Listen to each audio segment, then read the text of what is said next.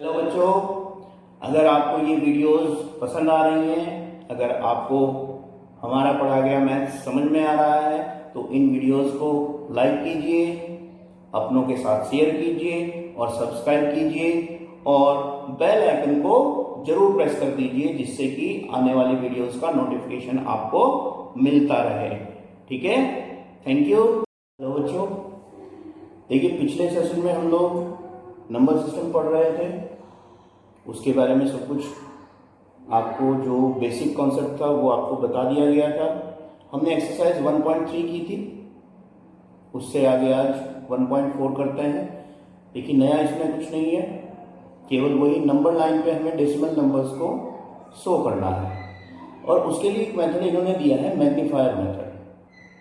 देखिए magnifier method का मतलब ये तो है नहीं, कोई मैग्नीफायर तो हमारे हाथ में होता नहीं कि हम मैग्नीफाई करके बड़ा कर करके देख रहे हैं उसे, बट एक तरीका है हमारे पास उसे शो करने का।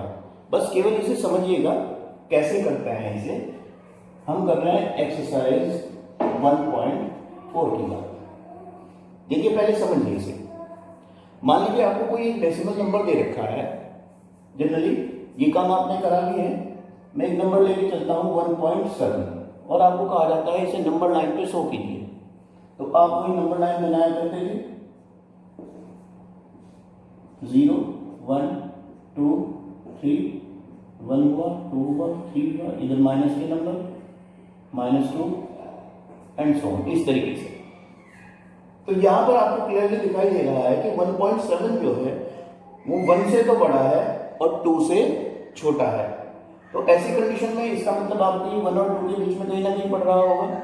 तो आप क्या करेंगे, इसमें 10th पोजीशन पे है तो इसके 1 के और 2 के बीच जो डिस्टेंस है इसे 10th पोजीशन में ब्रेक कर लेंगे आप इसे।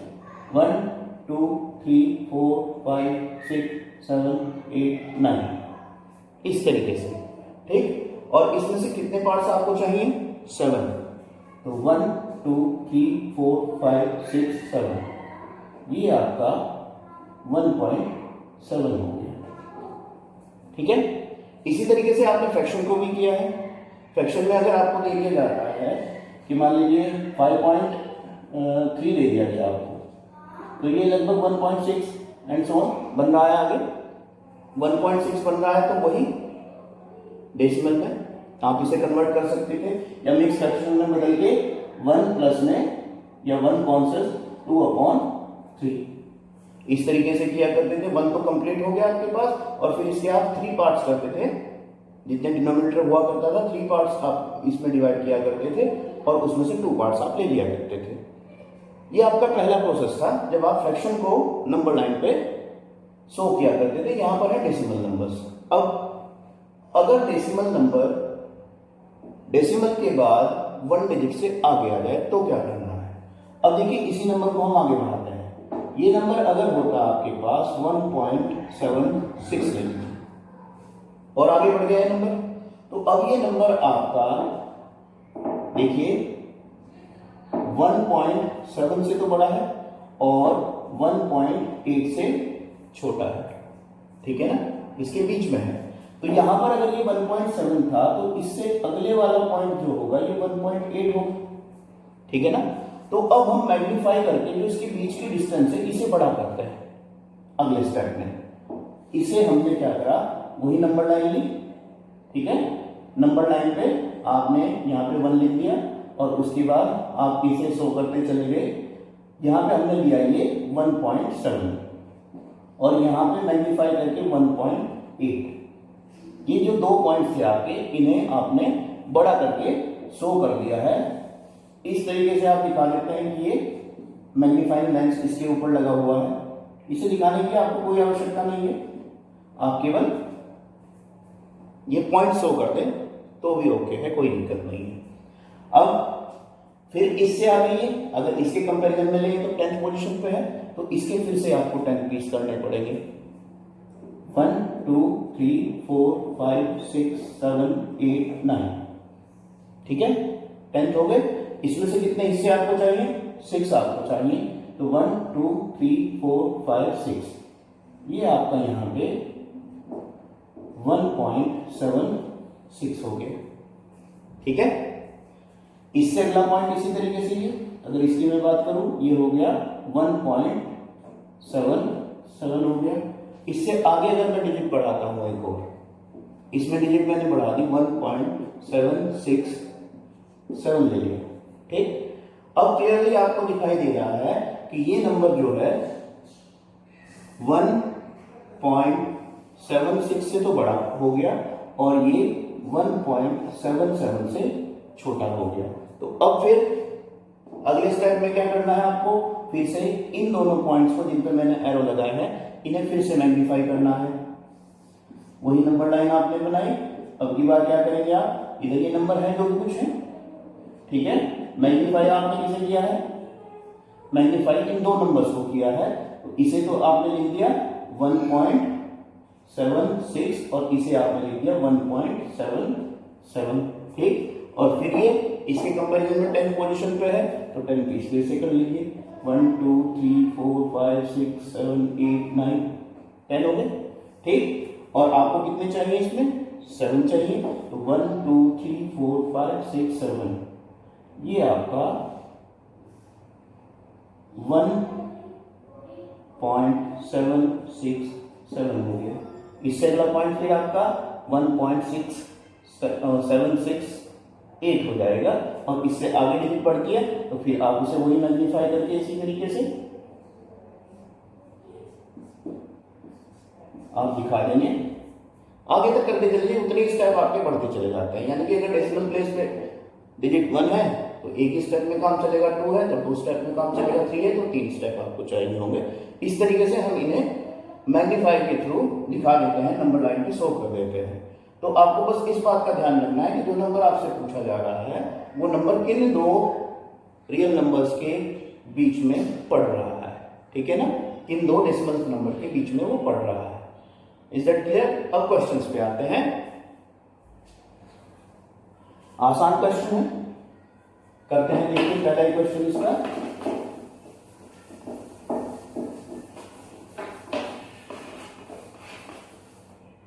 फर्स्ट क्वेश्चन में आपको एक नंबर दे रखा है, इसमें 3.765। तो 3 डिजिट तक है आपके पास, 3 स्टेप आपको लेने पड़ेंगे, ठीक है। पहले आप रिमाइंडेड हो जाइए कि 3 स्टेप आपको लेने हैं। पहले स्टेप में आप दिखाएंगे 3.7 को, नंबर लाइन ये बीच में 0 1 2 3 एंड 4, ठीक। इधर आपका वही -1 चलते चले जाएंगे। आपको ये दिख रहा है 3.7 क्या है, 3 से तो बड़ा है, ठीक है ना, ग्रेटर देन 3 है और लेस देन 4 है, 4 से ये छोटा है आपका। तो आपको 3 और 4 के बीच में इसके 1 2 3 4 5 6 7 8 और 9 ये पार्ट्स आपने कर लिए। और इसमें आपको 3.7 को 3.8 को उससे अगले वाले डिजिट को दोनों को शो करना है। 1 2 3 4 5 6 7, ये तो आपका हुआ 3.7 और ये आपके पास हो गया 3.8, ठीक। अब इन दोनों पॉइंट्स को हम मैग्नीफाई करेंगे, ठीक है ना। तो जैसे इन्हें मैग्नीफाई हम करेंगे, इस वाले को ये मैग्नीफाई करते आपके पास आ जाएगा, ये आपके पास हुआ, यहाँ पे हमने ये लिया 3.7 और ये ले लिया 3.8। इससे पीछे नंबर है आपके, इसके आगे भी नंबर है आपके, ठीक। अगले डिजिट हमें शो करनी है 6, वो 10 पोजीशन पे है। तो 10 इससे लीजिए, इसकी 1 2 3 4 5 6 7 8 9, ठीक। हमें क्या लेना है अगली बार, 6 लेना है। 1 2 3 4 5 6, ये आपके पास हो गया 3.76 और ये इससे अगला नंबर आपके पास हो गया 3.77, ठीक है। अब ये नंबर है आपका 3.765, ये देखिए लेस देन है किससे, 3.77 से और ग्रेटर है आपका 3.66 से। तो इसे फिर से मैग्नीफाई कीजिए इस वाले को और मैग्नीफाई करके वही नंबर लाइन पे लेके आएंगे। क्या लेके चलेंगे, 3.76 लेके चलेंगे। इसके पीछे नंबर है आपके, इसके अगला नंबर आप लेके चलेंगे ये नेक्स्ट 3.77 के, आगे भी इसके नंबर है और इसके बीच में जितने पार्टीशन इसके करेंगे वही 10, 1 2 3 4 5 6 7 8 9, ठीक। और चाहिए क्या इसमें आपको 6 5, तो 5 ले लीजिए, 1 2 3 4 5, ये आपके पास आ गया 3.765, ठीक। अगर अगला नेक्स्ट स्टेप इसमें एक और होता तो फिर वही मैग्नीफाई करके एक स्टेप और बढ़ा देते इसका। तो जब तक आपके डेसिमल नंबर्स आते जाएंगे स्टेप्स को आप इसमें आगे बढ़ाते चले जाएंगे। इजी है, आप लोग कर सकते हैं। नेक्स्ट क्वेश्चन आप लोग खुद करेंगे। उसमें आपको दे रखा है एक रिपीटिंग नंबर दे रखा है 4.26 और कहा है कि डेसिमल के 4 प्लेस तक आपको इसे निकालना है। तो आपको दिया गया है 4.26 और 26 के ऊपर बार लगा रखा है, डेसिमल के 4 प्लेस तक लेके जाएंगे तो फिर 426 हो जाएगा, ठीक है ना। तो अब आपको इसे शो करना है इसी नंबर लाइन पे। इसी तरीके से आप इसे कर सकते हैं। पहले 4.2 को शो करेंगे, फिर 4.6 को, फिर 4.262 को, फिर 4.2626 को, ठीक है। एक चौथा स्टेप भी इसमें आ जाएगा आपका। क्लियर है, इसे आप लोग कर सकते हैं। अब आगे बढ़ते हैं हम नेक्स्ट एक्सरसाइज पर। नेक्स्ट एक्सरसाइज इंपॉर्टेंट है और ये आपसे आपके एग्जाम में इसमें से क्वेश्चन जरूर पूछा जाता है, चाहे एनसीईआरटी से लिया जाए, चाहे वो किसी अदर बुक से, आरएस से या आरडी से, किसी से भी लिया जाए। बट उसमें आपके सिलेबस के बाहर भी कुछ क्वेश्चंस दे रखे हैं आरएस में और आरडी में, जो आपसे कभी नहीं पूछे जाते, बट प्रैक्टिस के लिए अच्छा है, आप उन्हें भी करें। तो देखिए, सबसे पहले कुछ रिजल्ट की बात करते हैं हम। रिजल्ट क्या है? सबसे पहली बात, पहले में क्या है कि अगर आप रैशनल नंबर के अंदर कोई एक रैशनल नंबर है, इसके साथ प्लस करें या माइनस करें किसी इररेशनल नंबर को, रैशनल और इररेशनल आपको पता ही है, तो रैशनल नंबर के साथ प्लस करें, ऐड करें या उसमें से सबट्रैक्ट करें किसे इररेशनल नंबर को, तो जो आपका रिजल्ट आएगा वो एक इररेशनल नंबर आएगा, ठीक है। इसी तरीके से सेकंड कंडीशन में अगर आप किसी रैशनल नंबर को डिवाइड करते हैं या मल्टीप्लाई करते हैं किससे, इररेशनल नंबर से, तो भी आपको हमेशा एक इररेशनल नंबर ही मिलेगा। क्लियर होगी ये बात? रैशनल के साथ जब भी इररेशनल का आपको रिलेशन बनाएंगे तो हमेशा इररेशनल ही मिलेगा, ठीक है ना। आगे बढ़िए। ये आपका एक बात और भी है कि आपका जो रैशनल नंबर है ये नॉन जीरो, ठीक है ना। यहाँ पे ये नॉन जीरो हो तब ये मल्टीप्लाई वाला ऑपरेशन आप यूज कर सकते हैं, क्योंकि मल्टीप्लाई में अगर इरेशनल को जीरो से मल्टीप्लाई करेंगे तो वो जीरो ही आ जाएगा, तो आप कहेंगे कि इरेशनल है। तो ये हम यहाँ पे बात मान के चल रहे हैं कि जो हमारा आर है ये नंबर जो हमने चूज किया है वो आपका नॉन जीरो है, ठीक है। अब थर्ड पॉइंट पे आते हैं। थर्ड पॉइंट है हमारा, अगर इरेशनल के साथ आप प्लस करें, माइनस करें, डिवाइड करें या मल्टीप्लाई करें इरेशनल को ही, ठीक है। इरेशनल के साथ इरेशनल का ऑपरेशन है, तो इस कंडीशन में आपका वो नंबर आपका रैशनल भी हो सकता है और वो नंबर आपका इरेशनल भी हो सकता है। इन तीनों कंडीशंस पर आप ध्यान रखेंगे। रैशनल के साथ इरेशनल का ऑपरेशन हमेशा इरेशनल आएगा और इरेशनल के साथ इरेशनल का ऑपरेशन वो आपका रैशनल भी हो सकता है और इरेशनल भी हो सकता है। क्लियर है? अब क्वेश्चंस पे आते हैं। जैसे कि मैंने बताया कि आपको इंपॉर्टेंट एक्सरसाइज है, अच्छी तरीके से करें और एग्जांपल्स भी इसके सारे करें, ठीक है।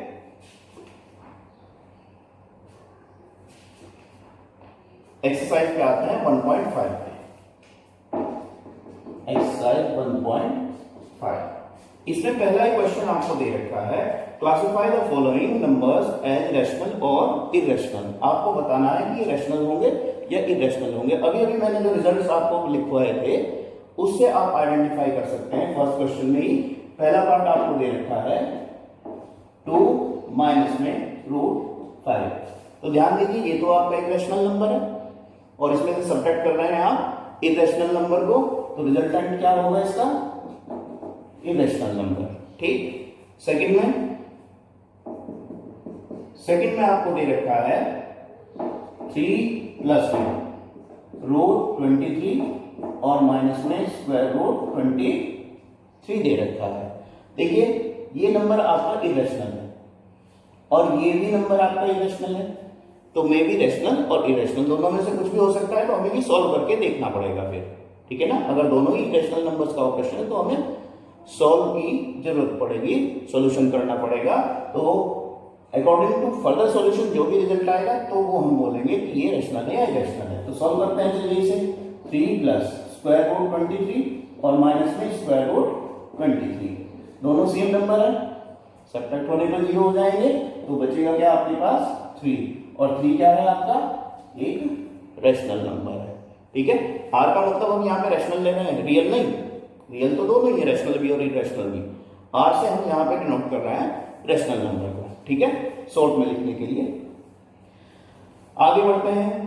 थर्ड पार्ट में आपको दे रखा है 2√7 और डिवाइडेड बाय 7√7। देखिए ऊपर भी इरेशनल नंबर है और नीचे भी इरेशनल नंबर है, तो इरेशनल को इरेशनल से तो आपको फर्दर सॉल्यूशन की आवश्यकता पड़ती है, उसकी जरूरत पड़ेगी, तो उसे आप सॉल्व करके ही डिसाइड कर पाएंगे कि ये रैशनल है या इरेशनल है।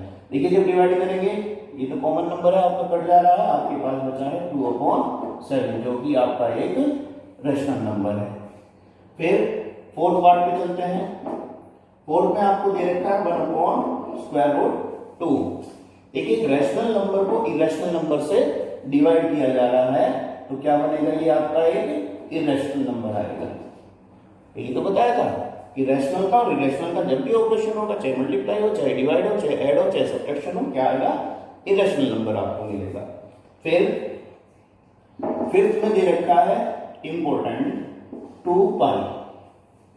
ठीक, 2 कैसा है आपका? रैशनल नंबर है, और पाई आपको क्या बताया था? ये एक इरेशनल नंबर है। ठीक है, उस दिन भी आपको मैंने पहले सेक्शन में भी समझाया था कि पाई की वैल्यू अप्रोक्सीमेटली आपको 22/7 दी जाती है। ठीक है ना, वो अप्रोक्स वैल्यू है, एग्जैक्ट नहीं है। तो पाई क्या होता है? आपका इरेशनल नंबर होता है। ये आप अपने दिमाग में बैठा लें। तो यहां पर कंडीशन क्या है कि एक रैशनल नंबर का मल्टीप्लिकेशन एक इरेशनल नंबर से हो रहा है, तो क्या आएगा? इरेशनल नंबर मिलेगा। क्लियर हो गया? पहचान करनी थी केवल आपको। इस तरीके से आप इन सारे क्वेश्चंस को कर सकते हैं। करते हुए जब आप नोटबुक में क्वेश्चंस को कर रहे हैं तो सामने जो रिजल्ट्स मैंने लिखवाए थे वो 3, सामने ब्रैकेट में वो जरूर लिख दें। ठीक है ना, डायरेक्ट आप लिख देंगे ठीक है, बट अगर उसका आप कारण भी लिख दें, कॉज भी लिख दें कि क्यों आ रहा है वो ऐसा, तो ज्यादा बेटर है। सामने ब्रैकेट में लिख दीजिए जो मैंने बताया था कि एक रैशनल है और एक इरेशनल है, तो आप लिखेंगे subtraction of rational and irrational resultant irrational, तो वो आपका कॉज भी इसके सामने आ जाएगा। वो लिख दें तो ज्यादा बेटर है, और नहीं भी लिखेंगे तो भी काम चलेगा आपका। ठीक है ना, आगे बढ़ते हैं क्वेश्चन नंबर 2 पर। 2 में आपको सिंपल क्वेश्चंस दे रखे हैं, रैशनल और इरेशनल मिक्स नंबर्स है और उनका मल्टीप्लिकेशन सब्ट्रैक्शन यही आपको कराया गया है। जैसे कि सेकंड का फर्स्ट पार्ट में लिखते हैं, आपको कहा गया है कि 3 + √3 का मल्टीप्लिकेशन आपको करना है 2 + √2 से। ठीक है, वही सिंपल x y रखा हुआ है। ठीक है ना, और यहाँ पे p q रखा हुआ है, दोनों का मल्टीप्लिकेशन करना है आपको।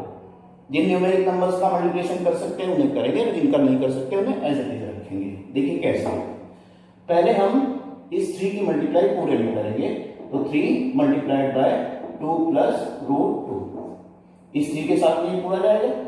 बीच में जो साइन है उस साइन को लेके चले प्लस, अब की बात कौन है? √3 है, और उसका मल्टीप्लिकेशन पूरे के साथ, यानी कि 2 + √2। ठीक, अब इनकी ब्रैकेट्स जो आपको दे रखे हैं इनके अंदर मल्टीप्लाई कर दीजिए। 3 की मल्टीप्लाई 2 में करेंगे तो 6, इसमें तो इसकी मल्टीप्लाई कर नहीं सकते क्योंकि रैशनल है, और इरेशनल है तो 3 स्क्वायर रूट 2 आ जाएगा। प्लस में इसकी मल्टीप्लाई जब इसमें करेंगे, रैशनल है और इरेशनल है तो 2 स्क्वायर रूट 3 आ जाएगा, और प्लस में स्क्वायर रूट 3 की और स्क्वायर रूट 2 की मल्टीप्लाई करेंगे तो आप इसे स्क्वायर रूट 6 भी लिख सकते हैं। ठीक है, केवल अगर ये इमेजिनरी नंबर होते तो इनका मल्टीप्लिकेशन पॉसिबल नहीं था।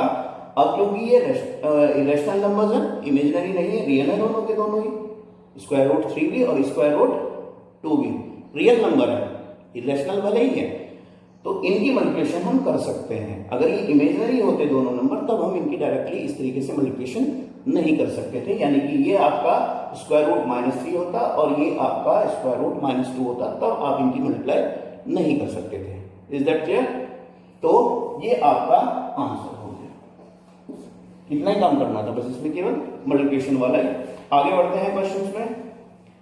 सेकंड तो आपका फॉर्मूला बेस्ड है, जो फॉर्मूले आप पढ़ चुके हैं, अलजेब्रिक 3 प्लस स्क्वायर रूट 3 और 3 माइनस स्क्वायर रूट 3। ठीक है, ध्यान दीजिए a plus b and a minus b, कोई फॉर्मूला हुआ करता था आपके पास क्या?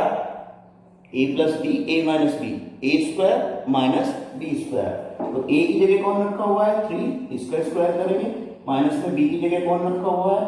स्क्वायर रूट 3, उसका स्क्वायर करेंगे, 3 का स्क्वायर 9 हुआ और इसका स्क्वायर। क्लियर है? तो देखिए इनकी आपको जरूरत पड़ेगी अलजेब्रिक फॉर्मूलों की, वो मैं आपको यहां पर सारे एक साथ दिखा देता हूं ताकि आपको याद करने में दिक्कत ना हो, उन्हें आप एक बार लर्न कर लीजिएगा। सबको लिखवा दे रहा हूं, a प्लस बी का होल स्क्वायर, याद होगा ज्यादातर सभी स्टूडेंट्स के, ए स्क्वायर प्लस में 2ab और plus B square, a minus b का whole square, a square minus में 2ab प्लस में बी स्क्वायर। इसके बाद ए स्क्वायर माइनस में बी स्क्वायर, ये आपके पास हुआ करता था a minus b and a plus b, एक बार ऐड करके और एक बार सब्ट्रैक्ट करके। ठीक है, अगर स्क्वायर लिखें और बीच में माइनस ही होना चाहिए। क्लियर है ना? आगे फिर इसके बाद था आपके पास a प्लस बी का होल क्यूब, ये आपके पास हुआ करता था a cube plus 3ab bracket में a प्लस बी और प्लस में b क्यूब। ऐसे भी लिख सकते हैं इसे, या आप इसे ऐसे भी लिख सकते हैं, a क्यूब प्लस में 3a स्क्वायर b प्लस में 3ab स्क्वायर प्लस में b क्यूब। a की पावर्स कम होती जा रही है, b की पावर्स बढ़ती जा रही है। ठीक है, इसी तरीके से फिर a माइनस बी का होल क्यूब, इसे भी आप इसी तरीके से लिखेंगे, ये आपके पास होगा a क्यूब माइनस में 3ab, a माइनस बी और माइनस में b क्यूब। इसके अंदर मल्टीप्लाई करके इसी तरीके से आप इसे लिख सकते हैं, a plus B plus C का whole square, a square plus B square plus C square plus में twice of A B plus में बी सी प्लस में सी ए। ये सारे फॉर्मूले आपके याद होने जरूरी है, इस वजह से एक बार आपको रिमाइंड करवा रहा हूँ, लिखवा रहा हूँ। ठीक है, फिर है आपका क्यूबिक में ही a cube plus b cube, ये इन्हीं का ट्रांसफॉर्मेशन है, इसी का ट्रांसफॉर्मेशन ये है।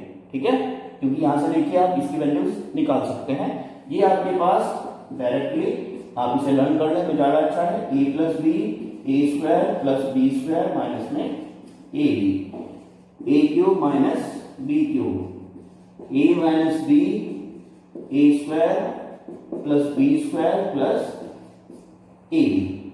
ठीक है, ये आपके सारे अलजेब्रिक फॉर्मूले हैं जो आपके याद होने चाहिए हमेशा। इसी चैप्टर की मैं बात नहीं कर रहा हूं, आगे भी जितने भी चैप्टर आपके पास आएंगे, चाहे फैक्टराइजेशन वाला आए, चाहे आगे जो भी चैप्टर्स आपके पास आए जिनमें आप अलजेब्रिक नंबर्स यूज करेंगे या मल्टीप्लिकेशन या कुछ भी इस तरीके का यूज करेंगे, तो इनकी जरूरत आपको पड़ेगी। तो इन्हें सबको आप एक पेज पर नोट करके सबको अच्छी तरीके से लर्न कर लें। ये आपका इसका सेकंड पार्ट हो गया। आगे बढ़ते हैं।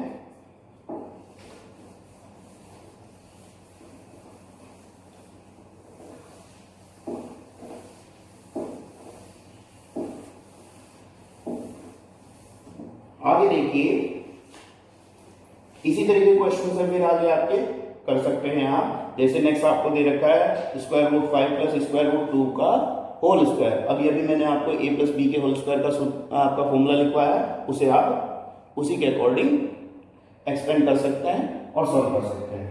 हम आते हैं क्वेश्चन नंबर 3 पर।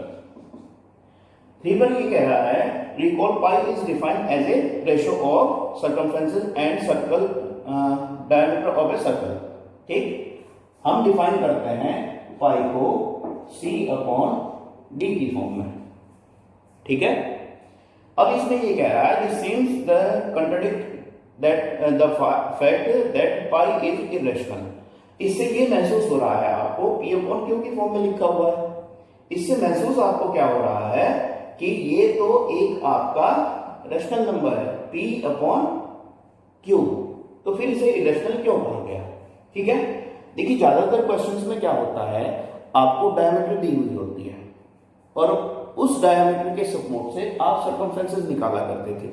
सभी क्वेश्चंस में आपने देखा यही, वहां पे आप पाई का यूज किया करते थे। ठीक है ना, क्या यूज करते थे आप, c is equal to pi into d, यही तो यूज करते थे। तो वहां पर आप पाई की हमेशा अप्रोक्स वैल्यू लिया करते थे 22/7 पे या 3.14 अप्रोक्स वैल्यू। ठीक है, कभी आपको कहा गया कि आप पाई की वैल्यू निकाल के दिखाइए। अब सीधी सी बात यह है कि अगर वहां पर पाई की आप अप्रोक्स वैल्यू यूज किया करते थे तो सी की भी कैसी वैल्यू आनी चाहिए आपके पास, वो भी एक अप्रोक्स वैल्यू आएगी। क्लियर है ना, तो हमारे पास जो सर्कमफ्रेंसेस होती है सी जो हमने इसमें यूज करा है, ये आपकी एक अप्रोक्स वैल्यू है, ये एग्जैक्ट नहीं दी जा सकती। यदि आप सर्कल बनाकर और उसे मेजर करने का किसी भी इंस्ट्रूमेंट से उसे मेजर आप करना चाहें तो वो आपकी अप्रोक्स वैल्यू आएगी। डायमीटर भले ही आपको एक एग्जैक्ट नंबर दे दिया गया, तो सी ऑलवेज बिकम अप्रोक्स। तो अगर ये एक अप्रोक्स नंबर है तो डी आपका एग्जैक्ट है, तो पाई की वैल्यू हमेशा कैसी रहनी है आपकी, एक इरेशनल नंबर रहनी है। क्लियर है, यही रीजन आपको लिखना है कि जो सर्कमफ्रेंसेस है आपकी वो हमेशा अप्रोक्स हुआ करती है, अप्रोक्सीमेट नंबर्स है, एग्जैक्ट नंबर नहीं है। तो पाई की जो वैल्यू आएगी वो आपकी अप्रोक्सीमेट वैल्यू आएगी और हमेशा एक non terminating non repeating number आपको मिलती है। इस वजह से पाई को आप एक इरेशनल नंबर बोलते हैं। ठीक है, आगे बढ़ते हैं फोर्थ क्वेश्चन पे। देखिए फोर्थ क्वेश्चन के बारे में मैंने आपको बताया था जब हमने एक्सरसाइज 1.2 में स्क्वायर रूट 5 को नंबर लाइन पे शो किया था। मैंने आपको कहा था कि और भी तरीके हैं स्क्वायर रूट वाले नंबर्स को नंबर लाइन पे शो करने के। तो अब हम वो तरीका पढ़ेंगे, क्योंकि कुछ बच्चों ने कहा कि स्क्वायर रूट 5 के अलावा भी और नंबर होते हैं जिनके हमें स्क्वायरिक नंबर नहीं मिल पा रहे हैं। स्क्वायर रूट 7 है, अब इसे कैसे लिखें, स्क्वायर रूट 5 में तो आपने लिख के हमें दिखा दिया था कि ये 2 का स्क्वायर प्लस 1 का स्क्वायर है, इसे कैसे लिखें। ठीक है ना, तो टिपिकल मेथड बन जाता है ये, जब आपको बड़े नंबर या पॉइंट्स में नंबर दे दिए जाते हैं तो और भी ज्यादा टिपिकल हो जाता है। तो हम कैसे स्क्वायरिक मान के चले, जैसे इसमें क्वेश्चन आपको दे रखा है फोर्थ में, आपसे निकलवाया गया है स्क्वायर रूट 9.3 और इसे नंबर लाइन पे आपको शो करना है। तो देखिए बड़ा इजी मेथड है इसके लिए, उसका मैं आपको लॉजिक भी दूंगा कि क्यों ऐसा करते हैं। देखिए मैथ्स एक ऐसा सब्जेक्ट है, कुछ बच्चों को लगता है बड़ा टफ है, हमें तो समझ में ही नहीं आता जी। जिस दिन आप मैथ्स के अंदर लॉजिक ढूंढना शुरू कर देंगे कि अगर ये ऐसे फिगर बना के ये नंबर लाइन पे शो करा है, क्यों करा है ऐसे, कुछ तो लॉजिक होगा, कुछ तो रीजन होगा। जैसे ये नंबर जब मैंने शो कराया था, मैंने आपको बताया था कि इसमें पाइथागोरस का यूज किया गया है। ठीक है ना, उसका लॉजिक मैंने आपको बताया था। तो आगे भी आपको ध्यान रखना है कि मैथ्स और साइंस दो सब्जेक्ट ऐसे हैं जिनमें हमेशा आपको किसी भी रिजल्ट के पीछे लॉजिक ढूंढना है। क्लियर है, अब करते हैं चलिए इस क्वेश्चन को। पहले हम देखते हैं करना कैसे। नंबर लाइन लिखिए। ठीक है, इसमें हम क्या करेंगे कि एक पॉइंट हमने यहां पे ए कंसीडर किया है और हमने एक पॉइंट यहाँ पे बी कंसीडर कर लिया और ए बी हमने जो ली वो 9.3 लेगी। ठीक है, अब इसे नंबर लाइन पे जो आपका बी पॉइंट है इसे आप 0 पे कंसीडर करके चले। इधर जो भी है आपका नेगेटिव नंबर्स है या कुछ भी है, पर डिस्टेंस है क्योंकि डिस्टेंस को तो हम 9.3 ही कहेंगे और हमने इसका डायरेक्शन क्या रखी है, ये वाली, इधर से इधर को मापिए तो इधर से इधर मेजर करने पे आपकी सारी डिस्टेंस जो आएंगी वो पॉजिटिव आएंगी। अगर 0 से हम इधर को चलते हैं तो वो नेगेटिव आती है। ठीक है, तो ये 9.3 है। अब आपको क्या करना है, जब ये आपकी 9.3 किसमें है, सेंटीमीटर में लें या आप इंचेस में लें या जिस यूनिट से भी आप इसे मेजर करें। ठीक है, 9.3 को आप किसी भी यूनिट में लें। पेज आपके पास जो होता है वो इतना बड़ा तो होता नहीं कि आप इसे मीटर में ले सकें, तो हम क्या करते हैं, ज्यादातर स्केल में सेंटीमीटर्स में ही लेते हैं। तो हमने 9.3 सेंटीमीटर्स में ले लिया। ठीक है, अब हम क्या करेंगे कि 1 यूनिट, यूनिट से मतलब है वही 1 सेंटीमीटर आगे इसे बढ़ा के चलते हैं। क्लियर है, ए बी 9.3 का आ गया आपके पास। ठीक, इस पॉइंट को मैं अगर सी कह दूं, बी सी, वो आपने ले लिया 1 यूनिट। अगर इसे सेंटीमीटर में लेके चले तो ज्यादा बेटर है। ठीक है, अगर आपको लगता है कि फिगर आपकी छोटी बन रही है या आपको स्केलिंग में कुछ दिक्कत आ रही है तो आप इंचेस में भी ले सकते हैं इसे। ठीक है ना, अब हमें क्या करना है, हमें ए सी का परपेंडिकुलर बाइसेक्टर फाइंड आउट करना है। ठीक है, परपेंडिकुलर बाइसेक्टर याद होगा आपका कैसे निकाला करते थे, अगर एक लाइन आपको दे रखी है, इसका परपेंडिकुलर बाइसेक्टर निकालना है तो दोनों एंड पॉइंट्स पे आपको एक ही रेडियस से कंपास को लेके आर्क लगानी होती है। यहां पे आपने इसकी कुछ हाफ से ज्यादा लेनी है डिस्टेंस, इसकी हाफ से कुछ ज्यादा डिस्टेंस ली, एक आर्क इधर लगेगी, एक आर्क इधर लगेगी, फिर यहाँ पे एक आर्क इधर लगेगी, एक आर्क इधर लगेगी और इससे इसे आपने मिला दिया है। तो ये आपका जो होगा परपेंडिकुलर भी होगा और ये पॉइंट इसका बाइसेक्टर भी होगा, यानी कि ये दोनों लाइंस इक्वल होंगी। वही काम मैं आपको यहाँ पे करने के लिए कह रहा हूँ, ए सी का, ए सी का, बी से अभी कोई मतलब नहीं है हमें।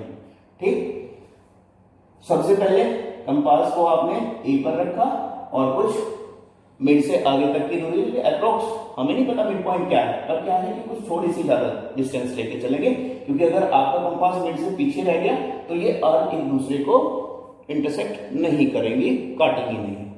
तो हमने ए सी कंपास को रख के इतनी लगभग डिस्टेंस लेके एक आर्क ये इधर लगा दी और एक आर्क ये इधर लगा दी।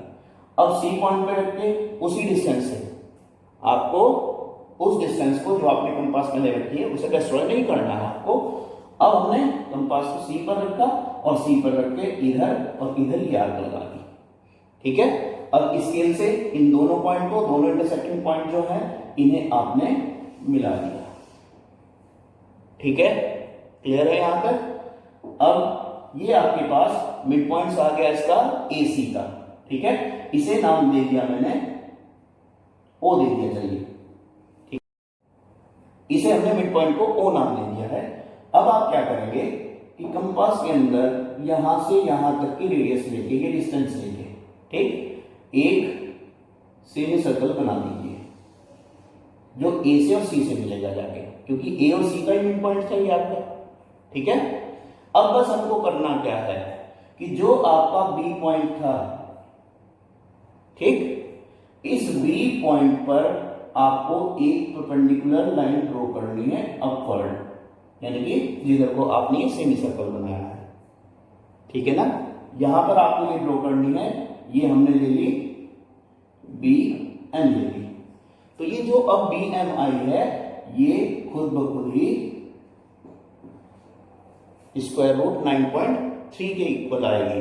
अब आपको क्या करना है, क्योंकि हमें तो नंबर लाइन पे शो करना है, ये नंबर लाइन पे शो करना है, कंपास को यहाँ पे रखिए। ठीक, ये यूनिट्स में आप आगे तक बढ़ाते चले जाएंगे, सेंटीमीटर्स में ले रखी है, तो 1 2 3 4 इस तरीके से लिखते चले जाइए आगे। अब कंपास में यहां से यहां तक की डिस्टेंस लीजिए और इस डिस्टेंस से एक सर्कल आगे ड्रॉ कर दीजिए। तो जहां पर भी ये सर्कल इसे इंटरसेक्ट करेगा तो यही पॉइंट आपका स्क्वायर रूट 9.3 होगा। कहां से? बी से। इसे नाम दे दीजिए पी। तो बीपी जो आपके पास आया ये स्क्वायर रूट 9.3 आया। अब एक बार फटाफट दोबारा इसे रिवाइज करते हैं, करा गया है हमने, जो कंफ्यूजन होगा वो आपका क्लियर हो जाएगा।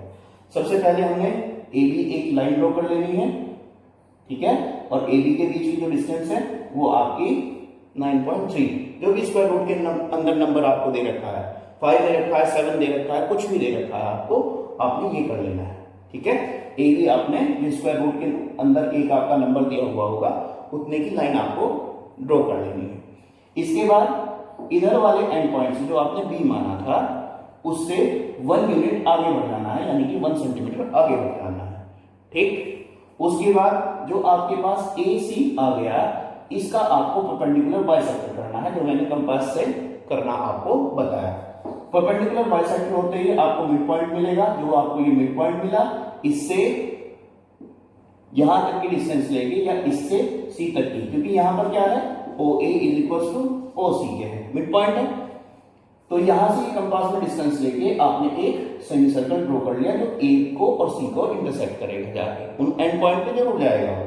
अब आपने क्या करना है कि उस बी पॉइंट पर जहां पर ये 9.3 ए से लगा के कंप्लीट हो रही थी, उससे आपको एक परपेंडिकुलर ड्रॉ कर लेना है।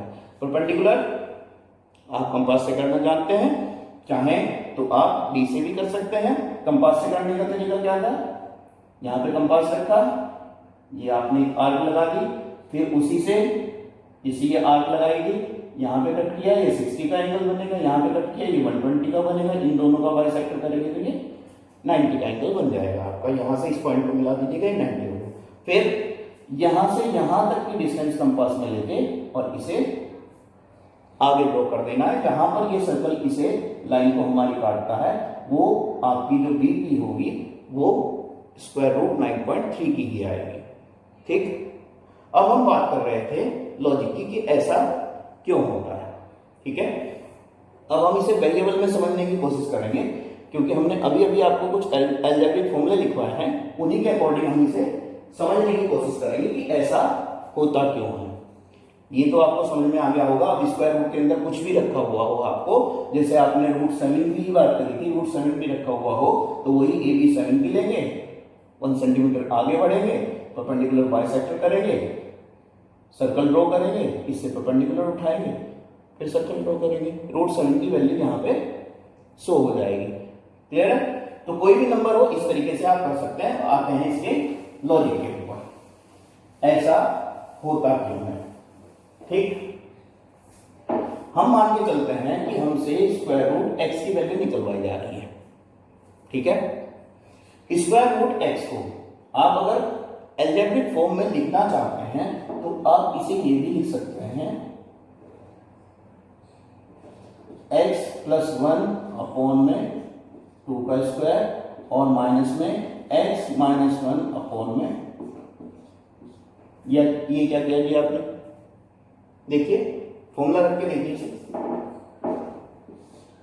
ये क्या हुआ ऊपर x² + 2x प्लस में 1 और अपॉन में 4, यहां पे माइनस में x² - 2x और प्लस में 1 अपॉन में 4, ये स्क्वायर रूट के अंदर आ गए, ठीक।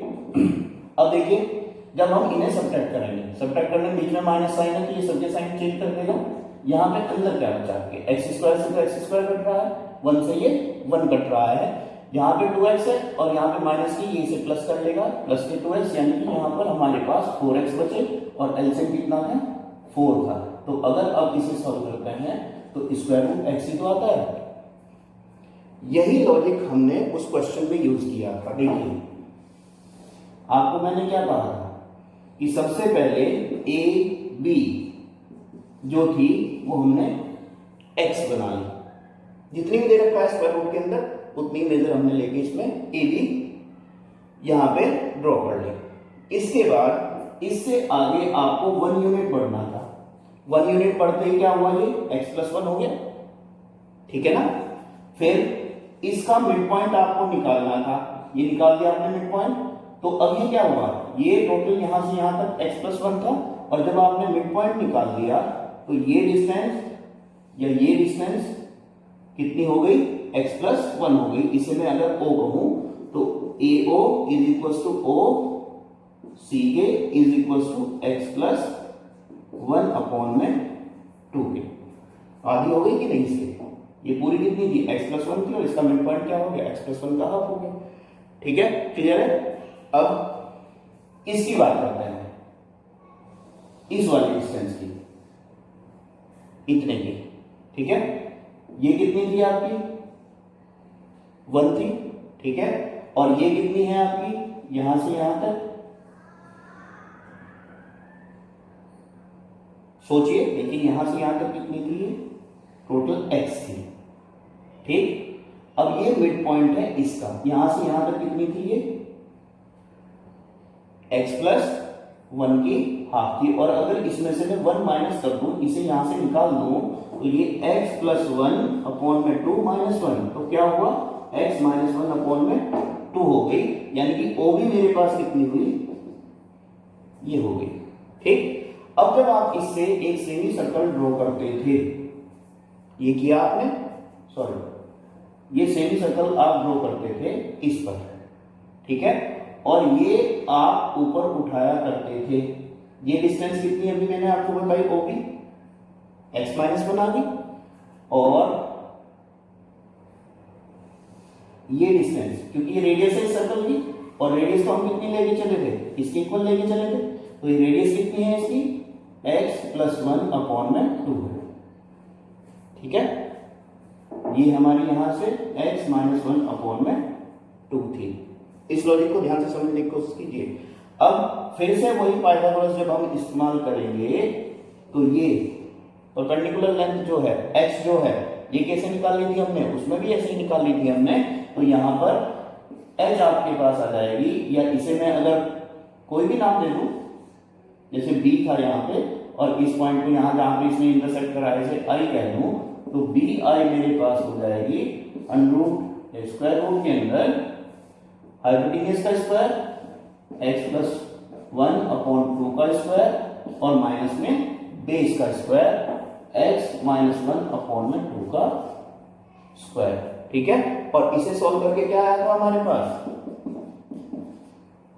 Square root x। तो यानी कि ये जो वैल्यू आएगी, ये स्क्वायर रूट x आएगी, और फिर ये हम कंपास में डिस्टेंस लेके आगे लाइन को इंटरसेक्ट करते हैं, और यहां से हमें ये जो दूरी थी आपकी, ये जो डिस्टेंस थी आपकी, ये इसके इक्वल आएगी, क्योंकि सर्कल की रेडियस है आपकी दोनों की दोनों।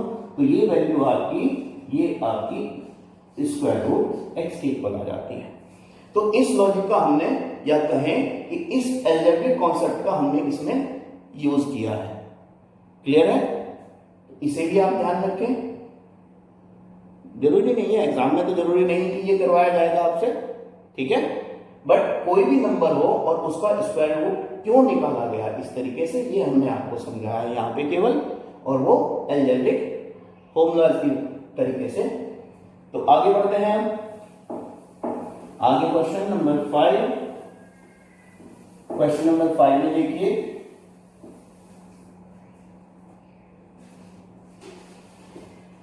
क्वेश्चन नंबर 5 में आपको रैशनलाइज कराया जा रहा है डिनोमिनेटर से। तो ध्यान रखिए कि अगर डिनोमिनेटर आपका दो नंबर्स का रैशनल, इरेशनल या इरेशनल और इरेशनल का सम या सब्ट्रैक्शन है, ठीक, अगर डिनोमिनेटर, केवल डिनोमिनेटर की बात कर रहे हैं, ये आपके पास a प्लस अंडर b की फॉर्म में है, या अंडर b प्लस a की फॉर्म में है, या दोनों पे ही स्क्वायर रूट है आपके पास, तो आप क्या करेंगे, इसके अपोजिट साइन से ऊपर और नीचे मल्टीप्लाई करेंगे। ठीक, डिनोमिनेटर यहां पे चेंज हो गई है, उससे हमें मतलब नहीं, क्योंकि हमें केवल डिनोमिनेटर को रैशनलाइज करना है।